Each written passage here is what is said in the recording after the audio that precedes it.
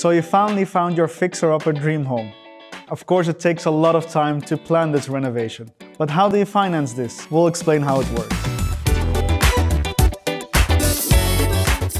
Mortgage providers would like to know how much your property is worth after the renovation. Let's take an example.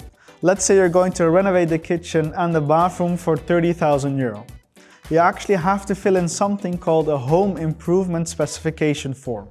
And on that form, you're going to specify what you're going to do and for how much. The appraiser actually takes this form with them when they go see the property, and they're going to determine what is the market value before renovation and after renovation.